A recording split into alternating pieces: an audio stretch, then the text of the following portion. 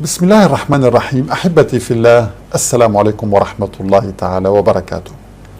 الحقيقة كل يوم هناك اكتشاف حديث. اليوم سوف نتأمل معا اكتشاف حديث جدا عن التراب.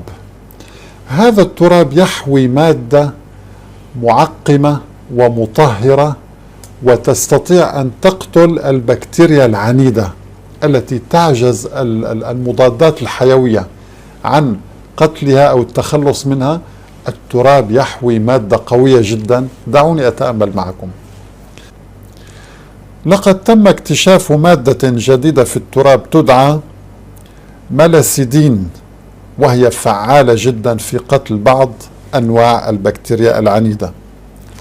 هذا البحث تم نشره في مجلة نيتشر ميكروبيولوجي بتاريخ 17/2/2018. وهذا البحث أيها الأحبة يؤكد أن التراب أولا هو طاهر وفيه مادة مطهرة، أي فيه شفاء. إذن التراب فيه شفاء. سبحان الله، الله عز وجل عندما خلق الإنسان من تراب هذا تكريم له، ليس استخفافا به بل تكريما له، لأنه مادة طاهرة. والنبي عليه الصلاة والسلام له حديث عجيب يشير إلى علاقة التراب بالشفاء. تأملوا معي أيها الأحبة.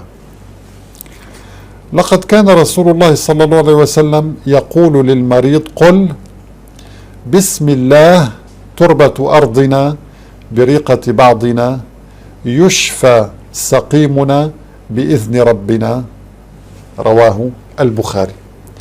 يعني انظروا أيها الأحبة، النبي عليه الصلاة والسلام لم يحقر هذا التراب، لم يستخف بمخلوق من مخلوقات الله، بل أشار إلى قيمته الشفائية. فمن الذي علمه في ذلك الوقت أن هذا التراب فيه مادة طاهرة أو مطهرة وفيه شفاء؟ النبي صلى الله عليه وسلم يقول: وجعلت لي الأرض مسجدا وطهورا، صلى الله عليه وسلم. حتى يتبين لهم أنه الحق.